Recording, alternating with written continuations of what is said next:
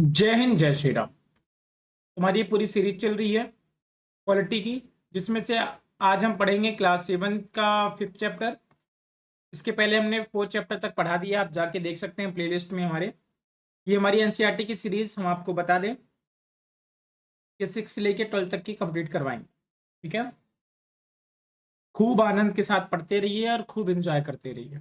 ठीक है, चलिए स्टार्ट करते हैं आज का हमारा चैप्टर 5th, जिसका नाम है औरतों ने बदली दुनिया, वुमेन चेंज द वर्ल्ड। क्या नाम है? Women change the world. ठीक है, पिछले अध्याय में हमने देखा कि किस तरह से महिलाओं द्वारा किया जाने वाला घर का काम काम ही नहीं माना जाना चाहिए। हमने यह भी पढ़ा कि घरेलू काम और परिवार के सदस्यों की देखभाल करना पूरे समय का काम है और इस कार्य को प्रारंभ और समाप्त करने का कोई निश्चित समय भी नहीं है। इस अध्याय में हम घर के बाहर के कामों को देखेंगे और समझेंगे कि कैसे कुछ व्यवसाय महिलाओं की अपेक्षा पुरुषों के लिए अधिक उपयुक्त समझे जाते हैं। हम यह भी ज्ञात करेंगे कि समानता प्राप्त करने के लिए स्त्रियों ने कैसे संघर्ष किए। पहले भी और आज भी शिक्षा प्राप्त करना एक ऐसा तरीका है जिससे महिलाओं के लिए नए अवसर निर्मित किए जा सकते हैं। साथ ही इस अध्याय में हम हाल हाल के वर्षों में महिला आंदोलन द्वारा भेदभाव को चुनौती देने के लिए किए जाने वाले विभिन्न प्रकार के प्रयत्नों के बारे में संक्षिप्त में जानेंगे। ठीक है, क्या होता है क्या नहीं होता आपका। ठीक है, इस तरह से देखेंगे। चलिए स्टार्ट करते हैं कहानी हमारी। यहाँ से ये देख सकते हैं, जैसे महिलाएं आपकी, ये देखेंगे आपके मक्का वगैरह ये सब पूरा व्यवसाय कर रही हैं। ठीक है, हाँ। काम का कम अवसर और कठोर अपेक्षाएं, मतलब अवसर तो कम रहता है इनके पास, लेकिन अपेक्षाएं ज्यादा होती है। तो कम अवसर इसको क्या कहते हैं इंग्लिश में? Fewer fewer opportunity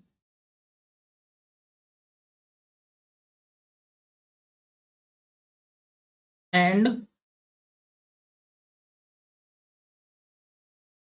expectation. मतलब उनके पास अवसर तो कम है, लेकिन उनसे हम क्या करते हैं, एक्सपेक्टेशन ज्यादा करते हैं। ठीक है, इसी के बारे में हमको पढ़ना है। रोजी मैडम की कक्षा के अधिकांश बच्चों ने नर्स के लिए महिलाओं के और पायलट के रूप में पुरुषों को चित्र में बनाया। ऐसा उन्होंने इस कारण किया क्योंकि उन्हें लगता है कि घर के बाहर भी महिलाएं कुछ खास तरह के काम ही अच्छी तरह से कर सकती हैं, जैसे नर्स। उदाहरण के लिए बहुत से लोग मानते हैं कि महिलाएं अच्छे नर्स हो सकती हैं क्योंकि वे अधिक सहनशील और विनम्र होती हैं। इसे परिवार में स्त्रियों की भूमिका के साथ मिलाकर देखा जाता है। इसी प्रकार से माना जाता है कि विज्ञान के लिए तकनीकी दिमाग की जरूरत होती है और लड़कियों और महिलाओं तकनीकी कार्य के लिए सक्षम नहीं होती है। ऐसे सिर्फ कहानी, बट ऐसा होता नहीं। अनेक लोग इस प्रकार की रूढ़िवादी धारणाओं यानी स्टेरियोटाइप्स में विश्वास करते हैं। इसीलिए बहुत सी लड़कियों को डॉक्टर व इंजीनियर बनने के लिए अध्ययन करने और प्रशिक्षण देने लेने के लिए सहयोग नहीं मिल पाता है जो लड़कों को मिलता है। अधिकांश परिवारों में स्कूली शिक्षा पूरी हो जाने के बाद लड़कियों को इस बात के लिए प्रेरित किया जाता है कि वे शादी को अपने जीवन का मुख्य लक्ष्य मान ले। यह समझना आवश्यक है कि हम ऐसे समाज में रह रहे हैं जहां सभी बच्चों को अपने चारों ओर की दुनिया के दबावों का सामना करना पड़ता है। कभी यह दबाव बड़ों की अपेक्षाओं के रूप में होता है, तो कभी यह हमारे अपने ही मित्रों के गलत तरीके से चिढ़ाने के कारण पैदा होता है। लड़कों पर ऐसी नौकरी प्राप्त करने के लिए दबाव होता है जिसमें उन्हें अधिक वेतन मिले। यदि वे दूसरे लड़कों की तरह व्यवहार नहीं करते हैं तो उन्हें चिढ़ाया जाता है और धौंस दी जाती है। कि आपको याद होगा कि कक्षा 6 की पुस्तक में आपने पढ़ा था कि लड़कों को बचपन से ही दूसरे के सामने रोने पर चिढ़ाया जाता है। जैसे कहते हैं तुम लड़के हो, रो थोड़ी सकते, लड़के रोते थोड़ी हैं। जो लड़कों की प्रॉब्लम जा रही है तो लड़के झेलें भैया, लड़के नहीं रोते। लड़के सिर्फ हंसते हैं और दूसरों को हंसाते हैं।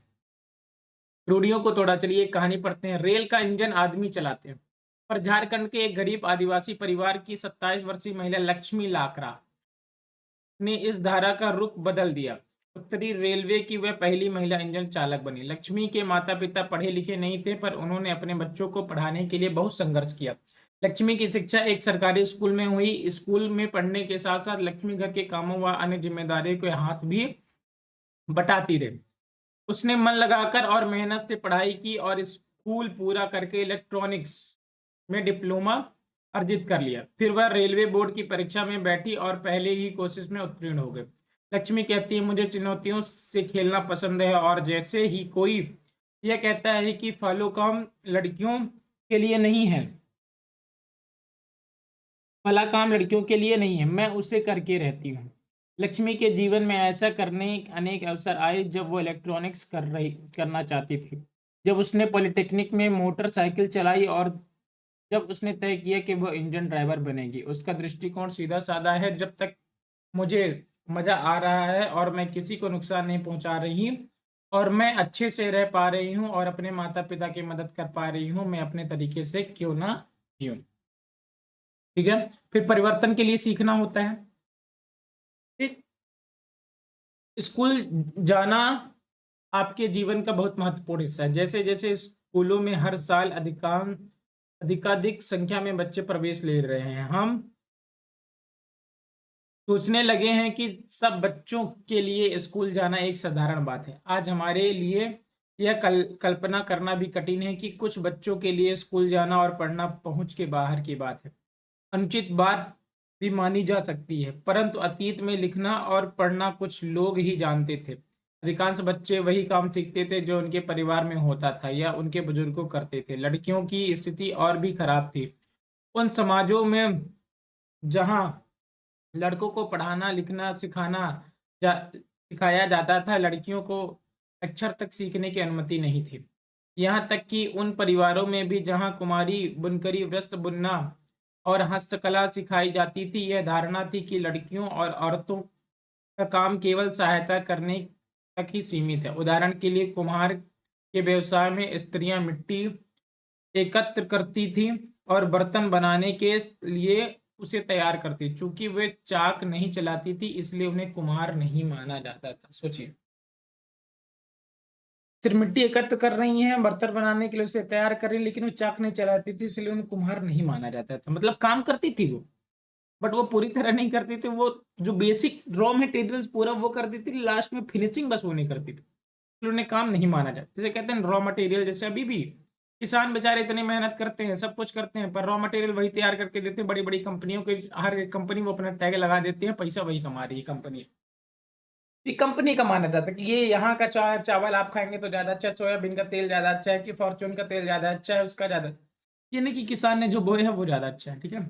19वीं शताब्दी में लगभग 200 वर्ष पूर्व शिक्षा के बारे में कई नए विचारों ने जन्म लिया। विद्यालय अधिक प्रचलन में आ गए और वे समाज जिन्होंने स्वयं कभी पढ़ना लिखना नहीं सीखा था, अपने बच्चों को स्कूल भेजने लगे। तब भी लड़कियों की शिक्षा को लेकर बहुत विरोध हुआ। इसके बावजूद बहुत सी स्त्रियों और पुरुषों ने बालिकाओं के लिए स्कूल खोलने के प्रयत्न किए। स्त्रियों ने पढ़ना लिखना सीखने के लिए संघर्ष किया। जैसे ये देख सकते हैं, रामाबाई 1858 से लेकर 1922 तक अपनी बेटी महिला शिक्षा की ये योद्धा स्वयं कभी स्कूल नहीं गई, पर अपने माता पिता से उन्होंने पढ़ना लिखना सीख लिया। उन्हें पंडिता की उपाधि दी गई क्योंकि वे संस्कृत पढ़ना लिखना जानती थी। वे उस समय की औरतों के लिए बहुत बड़ी उपलब्धि थी।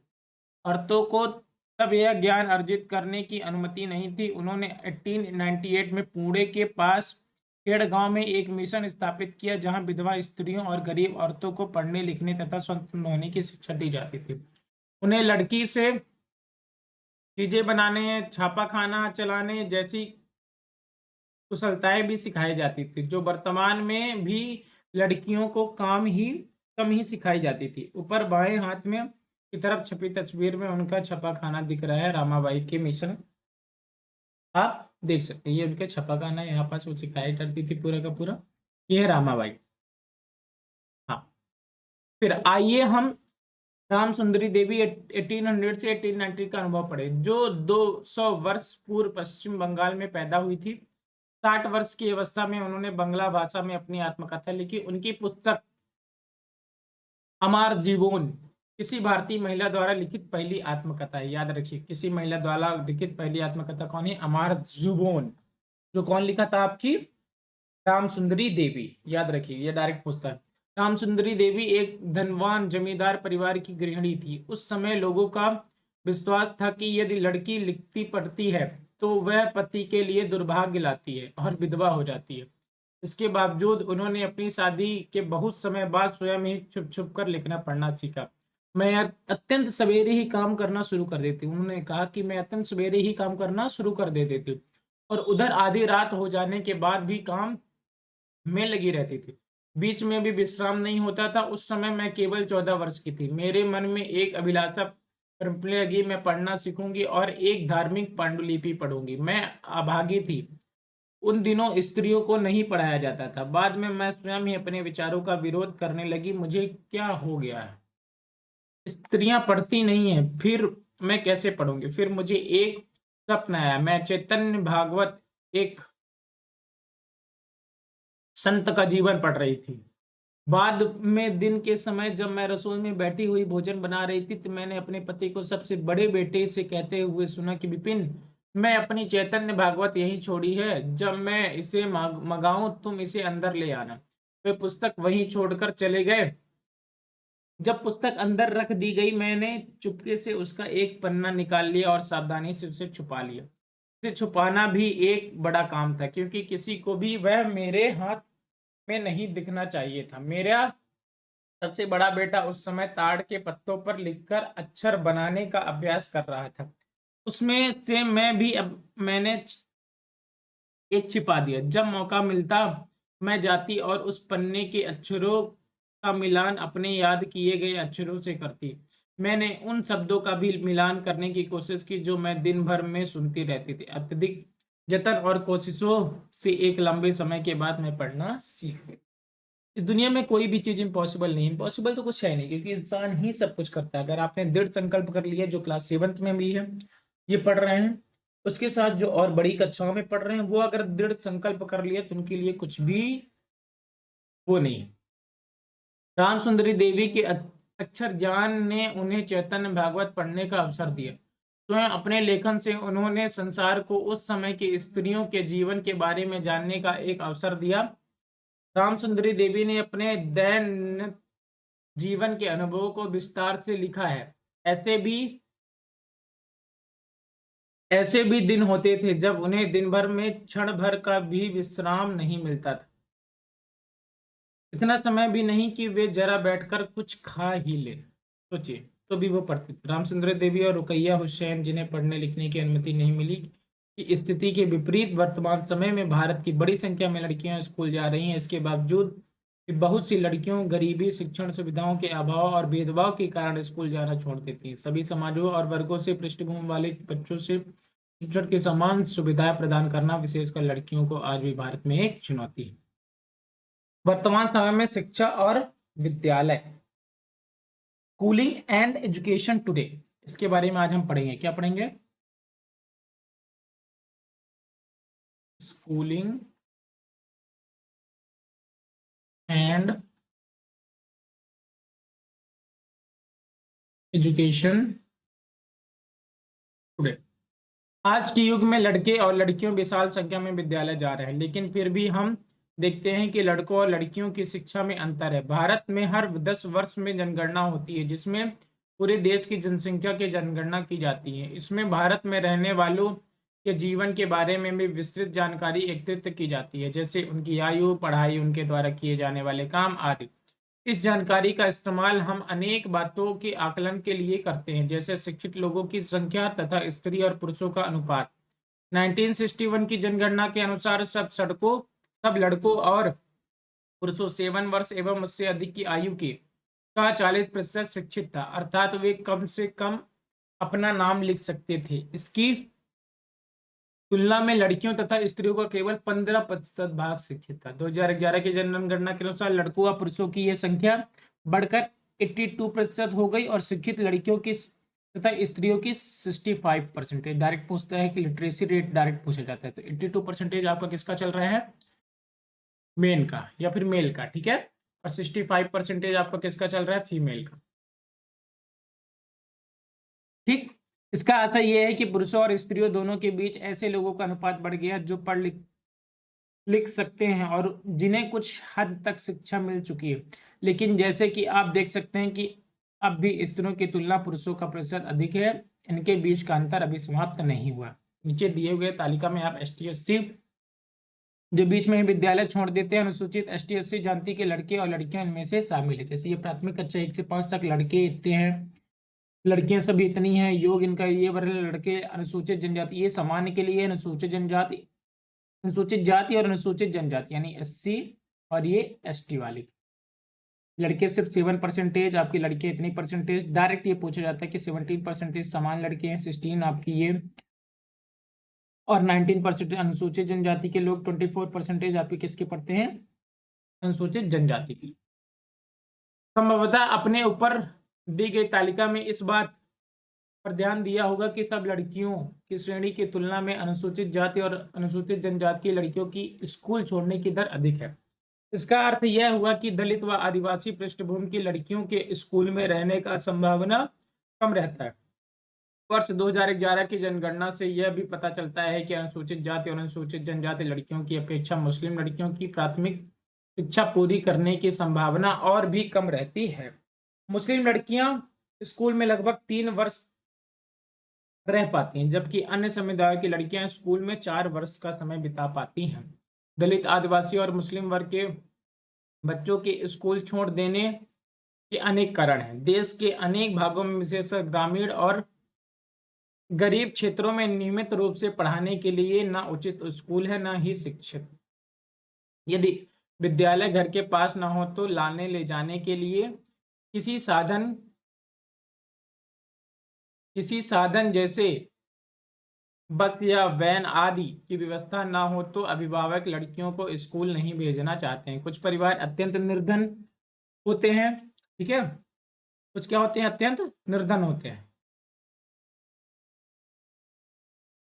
कुछ परिवार आपके क्या, अत्यंत निर्धन और अपने बच्चों को पढ़ाने का खर्चा नहीं उठा पाते। ऐसी स्थिति में लड़कों को प्राथमिकता मिल जाती है कि बहुत से बच्चे इसीलिए स्कूल छोड़ देते हैं क्योंकि उनके साथ उनके शिक्षक और सहपाठी भेदभाव करते हैं, जैसे ओम प्रकाश वाल्मीकि के साथ हुआ। देख सकते हैं लड़के और लड़कियों के सभी लड़के आपके 4.6% है और अनुसूचित जनजाति के लड़के 7.07% आपके देख सकते हैं। 2014 में शुरू हुई आपकी एक योजना है बेटी बचाओ और बेटी पढ़ाओ योजना। ये डायरेक्ट पूछता है बेटी बचाओ बेटी पढ़ाओ योजना कब स्टार्ट हुई, 2014। महिला आंदोलन, ये वुमेन आंदोलन कब हुआ इसके बारे में चलिए देखते हैं। वुमेन मूवमेंट जिसे कहते हैं, क्या कहते हैं, वुमेन मूवमेंट। अब महिलाओं और लड़कियों को पढ़ने और स्कूल जाने के अधिकार है। अन्य क्षेत्र भी जैसे कानूनी सुधार, हिंसा, स्वास्थ्य, जहाँ लड़कियों और महिलाओं की स्थिति बेहतर हुई है। ये परिवर्तन अपने आप नहीं आए, औरतों ने व्यक्तिगत स्तर पर आपस में मिलकर इन परिवर्तनों के लिए संघर्ष किए हैं। इन संघर्षों को महिला आंदोलन कहा जाता है। देश के विभिन्न भागों में से कई औरतें और कई महिला संगठन इस आंदोलन के हिस्से हैं। कई पुरुष भी महिला आंदोलन का समर्थन करते हैं। इस आंदोलन में जुटे लोगों की मेहनत, निष्ठा और उनकी विशेषताएं इसे एक बहुत ही जीवंत आंदोलन बनाती है। इसमें चेतना जागृत, भेदभाव भावों का मुकाबला करने और न्याय हासिल करने के लिए भिन्न भिन्न रणनीतियों का उपयोग किया जाता है। इसकी कुछ झलकियां आप यहाँ देख सकते हैं। एक अभियान हुआ था भेदभाव और हिंसा के विरोध में। अभियान चलाना महिला आंदोलन के एक महत्वपूर्ण हिस्सा है। अभियानों के फलस्वरूप नए कानून भी बने। सन 2006 में एक कानून बना जिससे घर के अंदर शारीरिक और मानसिक हिंसा का भोग रही औरतों को कानून सुरक्षा दी जा सके। इस तरह महिला आंदोलन के अभियानों के कारण 1997 में सर्वोच्च न्यायालय ने कार्य के स्थान पर और शैक्षणिक संस्थानों में महिलाओं के साथ होने वाली यौन प्रताड़ना से उन्हें सुरक्षा प्रदान करने के लिए दिशा निर्देश जारी किए हैं। एक और उदाहरण देखिए, तो 1980 के दशक में देश भर के महिला संगठन ने दहेज हत्याओं के खिलाफ आवाज उठाई। नव विवाहित युवतियों को उनके पति और ससुराल के लोगों द्वारा दहेज के लालच में मौत के घाट उतार दिया जाता था। महिला संगठनों ने इस बात की कड़ी आलोचना करी कि कानून अपराधियों का कुछ नहीं कर पा रहा है।